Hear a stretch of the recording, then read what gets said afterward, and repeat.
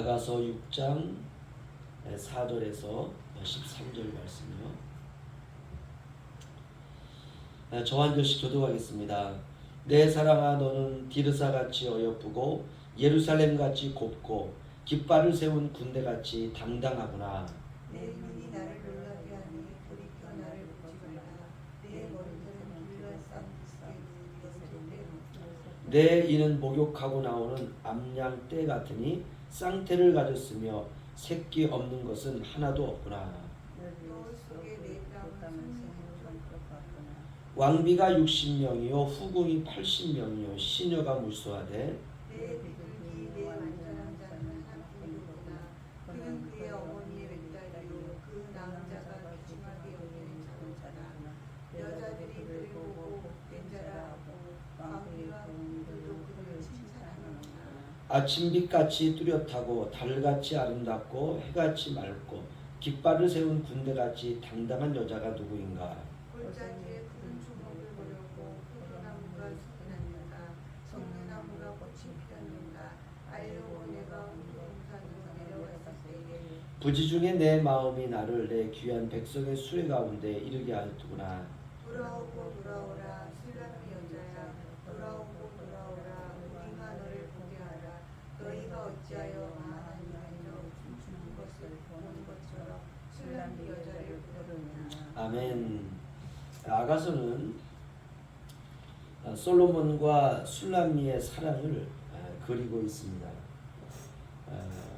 단지 그러나 술람미와 솔로몬의 사랑이 아니라 우리 주님과 성도 우리 한 사람 한 사람의 사랑을 그리고 있는 것입니다. 솔로몬은 아내를 포함해서 처첩이 1000명입니다. 그래서 8절에 보면 왕비가 60명이요 후궁이 80명이요 140명이죠. 그러니까 시녀가 무수하되 1000명입니다. 다 합쳐서. 이 세상에서 1000명의 여자와 살아가는 남자가 과연 있을까? 참 우리가 의아하죠. 또 솔로몬은 우리가 지혜로운 그런 왕이다 라고 우리가 또 알고 있고요. 솔로몬 하면 왠지 부드럽고 그렇죠? 왜냐하면 솔로몬은 그 시대에 하나님께 솔로몬에게 평화를 주셨거든요. 그러다 이제 솔로몬이 이렇게 1000명의 여자와 살아간다라고 하는 것은 여성 편력이 심했던 것이 아닌가라고 하는 생각을 갖게 됩니다. 성경에 이렇게 여인을 많이 거느리고 산 왕은 없었습니다. 40의 왕이 되어서 60에 죽습니다. 그러니까 단명한 것이죠. 어릴 때부터 지혜가 출중하고 아주 총명한 청년이 왜 여자를 이기지 못하였을까? 하나님도 분명 이 부분에 경고를 한 것이 있습니다. 그러나 솔로몬은 예쁜 여자를 보면 자신의 마음을 주체할 수 없었던 것 같습니다. 아무리 좋게 평가하려고 해도 1000명 하게 되면 우리가 고개를 약간 기우뚱하게 만듭니다. 아무튼 아가서는 그런 부분들을 중간중간에 이렇게 끼워 넣고 있습니다. 그러니까 솔직한 것이죠. 숨길 수가 있었는데 그렇게 하지 않았습니다. 의도가 있는 것이죠. 술람미도 실제로 솔로몬이 사랑했던 여인 가운데 하나입니다. 그리고 흑인이었을 가능성이 굉장히 높습니다. 술람미의 자기 고백을 보면 이렇게 나옵니다. 13절을 보시면요. 돌아오고 돌아오라 술람미 여자야. 돌아오고 돌아오라 우리가 너를 보게 하라. 너희가 어찌하여 마하나임에서 춤추는 것을 보는 것처럼 술람미 여자를 보려느냐. 아멘. 솔로몬이 그 많은 아내와 처첩 중에 가장 사랑했던 여인이 술람미였습니다. 어느 정도로 사랑했느냐. 10절에 보시면요. 아침빛같이 뚜렷하고 달같이 아름답고 해같이 맑고 깃발을 세운 군대같이 당당한 여자가 누구인가. 그러니까 술람미에 대한 솔로몬의 이 사랑은 아주 대단했습니다. 1000명 가운데 가장 사랑했던 것 같아요. 주님이 우리에 대해서 그렇다는 것입니다. 술람미가 자신을 보면 흠이 많은 여자예요. 우리가 우리 자신을 보면 얼마나 많이 흠이 많습니까? 그럼에도 불구하고 주님께서 우리를 향하여 하시는 말씀은 바로 10절과 같이 아침빛같이 뚜렷하고 달같이 아름답고 해같이 맑고 깃발을 세운 군대같이 당당한 여자가 누구인가? 바로 저와 여러분이라는 것입니다. 부족한 투성이이고 성한 곳이 하나도 없지만 그러나 주님과 우리가 맺은 언약은 십자가의 언약입니다. 누구든지 믿기만 하면 구원해 주신다는 말씀을 우리가 믿어버린 것입니다.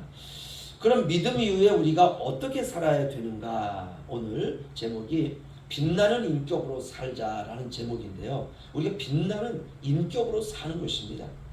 그냥 인격이 아니라 우리의 인격은 지적인 부분과 우리의 감정적인 부분과 우리의 의지적인 것, 그렇죠? 우리가 이것을 인격이다 이렇게 말합니다. 이것을 전인이다 이렇게 말합니다.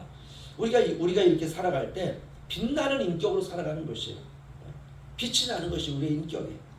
우리가 신앙이 깊어진다라는 말은 인격이 빛이 난다라는 것과 같습니다. 인격이 하나님의 형상과 모양입니다. 빛이 나는 인격으로 우리가 성장해 가는 것입니다.